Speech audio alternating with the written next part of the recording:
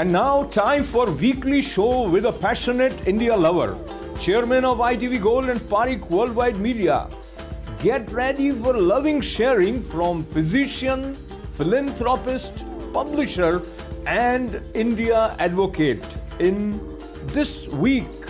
Welcome and namaskar once again, and it is again that time of the week when we have the honor of talking to and welcoming Padma Shri recipient Dr. Sudhir Parikh to our weekly show this week with Dr. Sudhir Parikh right here on ITV Gold. Namaskar, Dr. Parikh. Namaskar everyone. So Dr. Parikh, let's start with, I know you're traveling tomorrow. You are going to India for GAPIO conference. Right. So talk about it a little bit, what is the conference about? What is it? Well, Global Physician of Indian Origin, it's an organization, myself, Dr. Pratap Reddy, Dr. Nand Kumar, and a couple of other doctors we started in about 15 years ago. Mm-hmm. It's an umbrella organization of all the Indian doctors throughout the world, those who trained in India and then went out from India. So this is an organization we started in 2011, and with all the prominent doctors of India, myself and president of the British organization, and API, president of the API, and everyone. And this is now organization representing 1.4 million Indian doctors who train in India and came out of the India. So it's worldwide. It's worldwide, yes. And there are 57 different countries has Indian doctors who are practicing there or you are working there, and so this is a real big umbrella organization, and all these associations like API, British Physician Association, Australian Physician Association, all those associations are our subchapters. Mm-hmm. And the whole idea behind doing this, that increase the vast network of the Indian doctors. Mm-hmm. And as you know, that Indian doctors are well recognized, well respected all over the world, including USA. And as you know, in USA also, every seventh doctor is an Indian doctor you come across. So in the hospital or in the clinics or in the offices. So we started this organization to help the young generation doctor to give them state-of-art education. Doesn't matter which country they are in, whether they are in USA, England, or in the Timbuktu, in the small island of the Barbados or wherever, because we do twice a month a very high class, very well-respected speakers, CME, continuous medical education for the young doctors and all doctors of the world to keep them up to date and give them all the latest what's happening in the field of the medicine. Mm-hmm. Also, because of this Global Physician of Indian Origin, we have the large this platform from where we can help our Mother India. We can help our Mother India in different ways, either in the calamity we can do philanthropic help, or we can send doctors, exchange of the doctors from the different countries into the India, and India to the different countries, and so forth. So really this is a great organization, and I'm very privileged to be incoming president in 2026. Mm-hmm, mm-hmm. So tell me one thing, like this is like a worldwide kind Correct. of a thing. So how easy is it to collaborate when you have to collaborate with the rest of the world, It's very easy nowadays because of all the digital availability, means the Zoom, digital Zoom meeting, WhatsApp, email. So it's very easy to communicate and connect with each other. And of course, a good, well-organized organization always has no problem. And we are dealing with all the doctors of our own kind, in a sense, those who are well-educated people, we are connecting it. And then they will connect to their patients or their known other organization in their own country. So, as you said earlier, that you are going to be the incoming president in 2026. Any like key priorities you have? Yes, I would like to increase again the exchange program between the Indian doctors and all outside India doctors, particularly say, for example, the Indian young doctors, those who complete their post-graduation or graduation medical school, they will invite them and they will spend few weeks of the time in different institutes like Mount Sinai, NYU, or Sloan Kettering, this kind of institute. And the same thing, all the professors and doctors from those large teaching institute will go to India and then teach them, our medical school students and postgraduate students, and do a lot of can do a lot of surgery and help the needy people free surgery. And we have started doing it already, and I would like to make it that priority number one project during my presidency. So let's go on to California now. There's the biggest news and the worst damage there, which is caused by the wildfires. So tell me, how can we be better prepared? I mean, this is America, and this is like 2025 now. How can we be better prepared for this? Well, I mean, this calamity of this fire in California was really very sad, very disheartening. A lot of people lost their, almost 12,000 plus people lost their homes, and half of them, they don't have even fire insurance to cover that loss. There are about, officially there are 24 deaths, but I'm sure there's much more than that once everything gets a little settled. So, and this kind of, this is a natural calamity, unfortunately. And so they have to have certain rules and regulations, just like earthquake, right? In 2006 or 2008, there was a big earthquake happened in San Francisco, and a lot of people died and a lot of damage happened. After that, they started building the homes with the different codes, and that's how they have to do that. If you are living in certain area, you have to have a little buffer space between all the kind of trees, jungles, and yourself.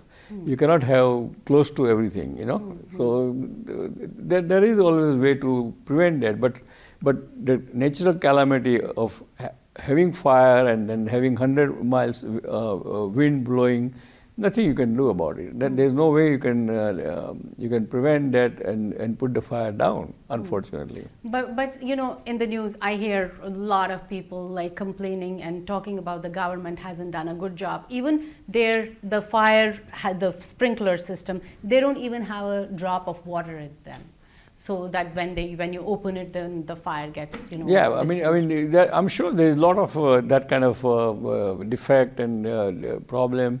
But they have to figure it out. I mean, it means, of course, you at the end, whom you are going to blame? Government of a day in California, you know. So, and let's see now. More important is how to rehabilitate them. Right. Even though they are quite a few people are very wealthy, it doesn't matter. I mean, it hurts everybody, whether you are rich or poor. And particularly, I think government has to do some rules and regulations where insurance companies should not drop their insurance coverage. I think some of the insurance companies have already done so. Yeah, they did it. I mean, not before even fire happened. Because just like here, after Sandy, in Long Island, all insurance, property insurance went up 3 times. So that is all wrong. So somebody has to control that. Right. Either you be in that business or not to be in business, you know. Absolutely. So let's move on from there and talk about TikTok. You know, TikTok's fate, I'm sure you watch TikToks too. So its fate in like United States, of course, is now in the hands of the Supreme Court. So tell me, things are not looking that good for that, you know, this app. What is next, basically? Well, I think they have to figure it out, some kind of rules and regulation by talking to or negotiating with the China. But China claims that what USA is saying is not correct or is not true. And they don't have any, they are not spying through TikTok, or they are not spying through, or they are not, they are filtering so many bad things and so forth. So we don't know who says what and who are right, who are wrong. But I think government has to sit down like any other trade between two countries and settle the issue forever, you know. So I have a question here from Bobby. Bobby wants to know, as Democrats heads towards an uncertain future under a second Trump administration, the party's search for a new leader to help rebuild the party is in progress. Any predictions?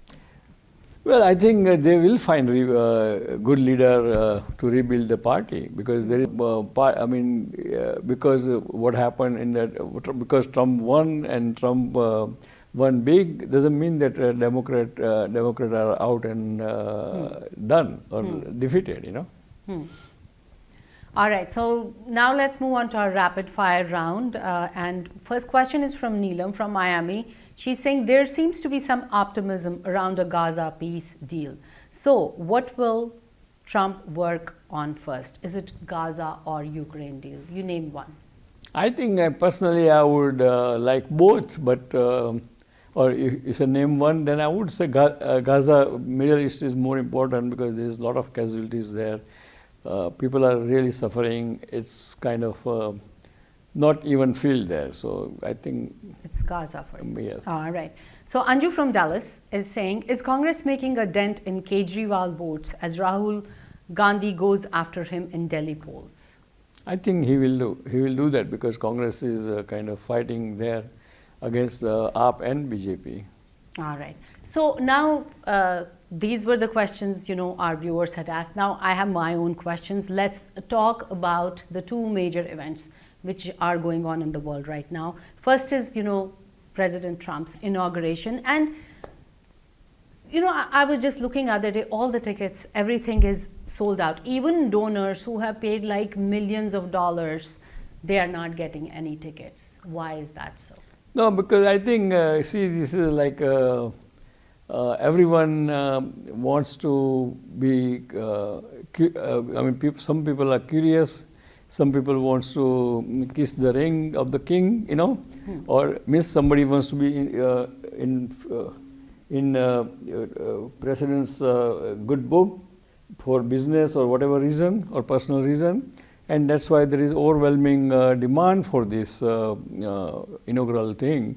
And I think this is very common when because I've been to 3 inauguration like this, and when Obama won, there was 1 million people on the that inauguration outside, right from the one end to other end of the Pennsylvania Avenue, and that shows that it all depends upon the tempo or mahal or atmosphere of that day, because that time young people were so excited, Obama time. During inauguration, and now I think Republican and conservative and even some Democrats are want to go there, because they think that last 4 years was not good. Now so they want to support the hopefully next 4 years will be better. And second is, I want you to talk about this once in a lifetime event which is happening in India, the Kumbh Mela, and people from all over world have gone there, and you can see in the news everybody is talking great things about it. So tell me, how do you organize such a big event? Well, I mean, that's we must salute to organizer of the Kumbh Mela, because it's not very easy. And in the Kumbh Mela, during this whatever 10 days or 2 weeks of the Kumbh Mela, there are people who will take the holy dip in the Ganga will be more than the whole world population. Right. Right. So that shows that how many people are involved there. And I've been there. I've been 5 years ago. There was every 5 years there's a half Kumbh Mela happens. I was going to ask you, are you planning to go this time too? This time probably my schedule does not permit, but I went there, and that was also very huge Kumbh Mela that time, and it was in the Prayagraj only. And I witnessed there are some air-conditioned tent there too, and there are some common tent and common akhadas and everything, and it's a very unique situation or experience to have. And I think all Sanatan Dharmi devotee should go there and then understand what they are doing. I mean, what all this sadhu bhava and all those are doing it, and I mean, you will be surprised at how many thousands of all these sant and sadhus they came. We don't know where they came from, because after Kumbh Mela you don't see that many. So they disappear somewhere, Himalayas or where, but we don't know. But I think it's well organized, and not only they say that this Kumbh Mela, I mean last Kumbh Mela, but this Kumbh Mela, whatever it will cost, at the end of the Kumbh Mela, there will be almost 3 times profit out of that economically. So this will boost even economy of the country or economy of the Uttar Pradesh. So I think it's a great thing. One must go at least once in lifetime. I mean, we see all these celebrities have gone from here. Steve Jobs' wife, in fact, I think she's gotten some allergies. But my question to you is, do they keep a special place for them where, because knowing there is a special place. As I say that, I mean, I went last time 5 years ago. Then this Muni from the Rishikesh, Paramaharth Ashram Muni and Sadhvi Bhagwati, they had a beautiful air-conditioned tent, and all the facility of the food and kitchen and everything. So you don't miss out anything. Even shower, hot water shower and everything. You don't have to go to even cold water of the Ganga if you don't want to. Okay, all right. And wishing you all the best for your India trip. But before you give out this week's message, I want to remind all our viewers that you can always follow Dr. Parikh on that is Facebook. Dr. Parikh is 2 words, and you can also follow him on Twitter. The handle is SUDPARIKH. Please go ahead. Dear friends, I would like to say about two events. One is inauguration of our new president, President Trump, next on 28th of January. So let's hope that next 4 years will be better than last 4 years, and be part of it, get involved in it, and support our new president, Donald Trump. And the second thing, the big Kumbh Mela is happening after 12 years, and this Kumbh Mela has, millions of people there, and the way it was structured, organized, and it was mind-boggling. And I've been there once, so I know. But it's a unique and great opportunity for all the Sanatan Dharmi devotee to go and see at least once in their lifetime, because this is unparalleled, unbeatable experience one must enjoy. So after saying that, I would like to say thank you, and we'll see you next time. Till then, goodbye.